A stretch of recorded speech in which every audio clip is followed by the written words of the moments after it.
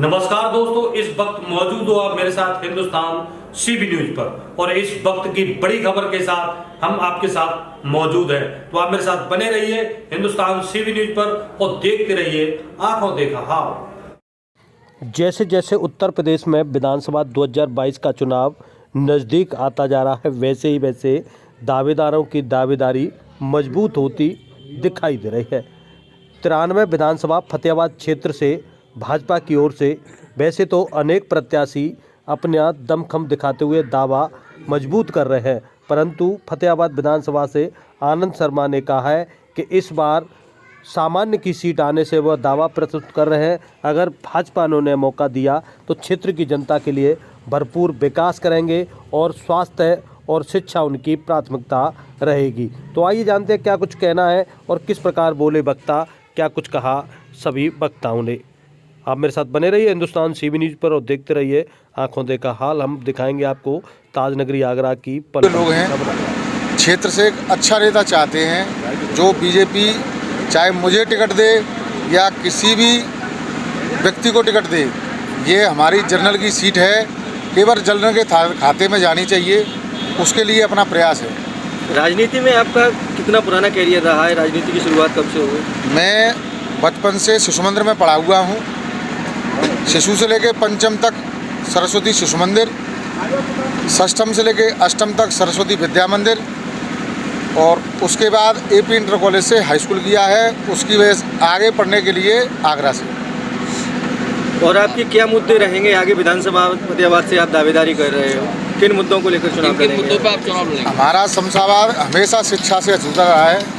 आज तक कोई भी नेता जहाँ जो बना उसने शिक्षा के क्षेत्र में कोई काम नहीं किया। हमेशा बाहर के लोगों को प्रत्याशी बनाकर हमारे साथ भेज दिया जाता है, जो लोकल की समस्याओं को आगे उठाता नहीं। पार्टी अगर आपको टिकट देती है तो किन मुद्दों के साथ जनता के बीच जाओगे आप?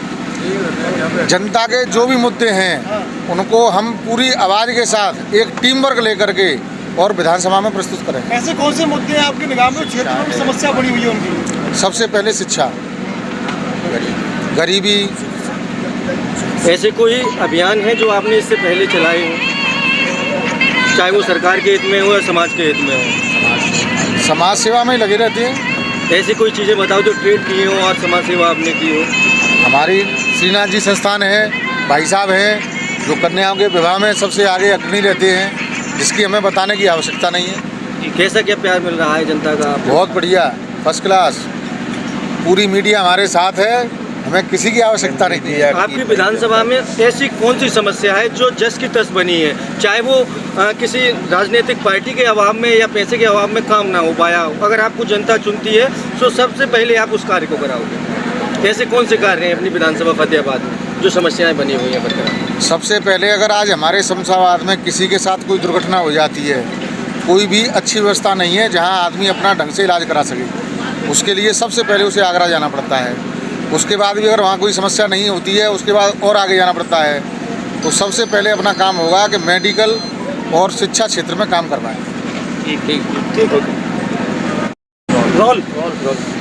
मैं आपको बताना चाहूँगा कि सन 93 में मैं गांव में सबसे कम उम्र में यहाँ शमशाबाद में प्रधान बना था।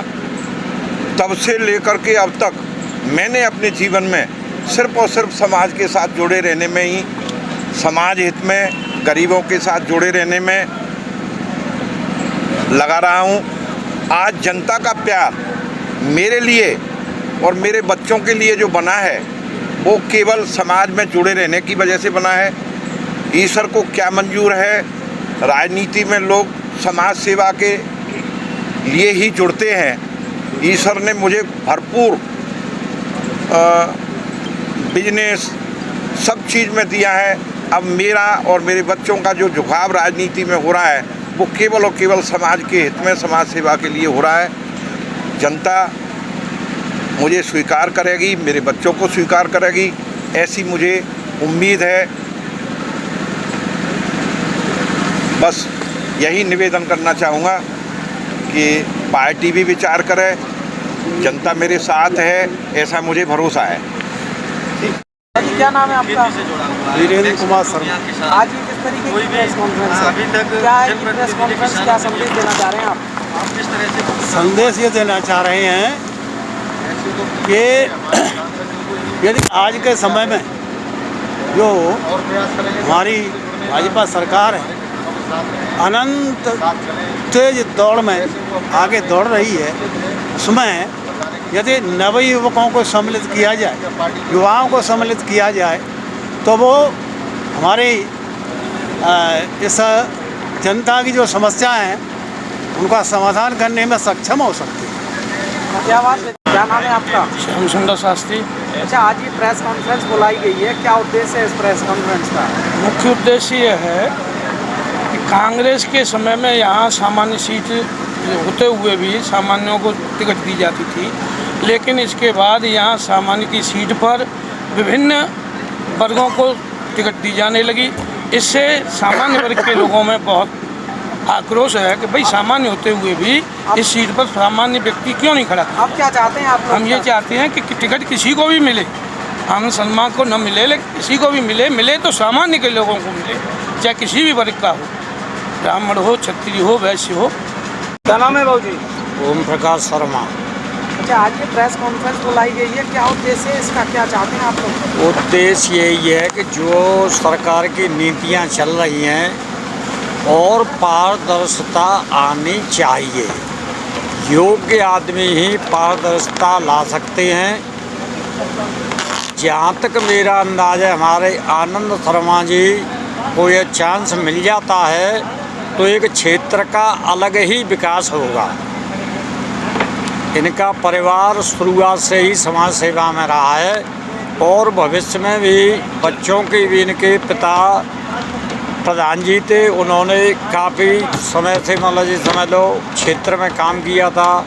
सभी लोग इनसे खुश हैं।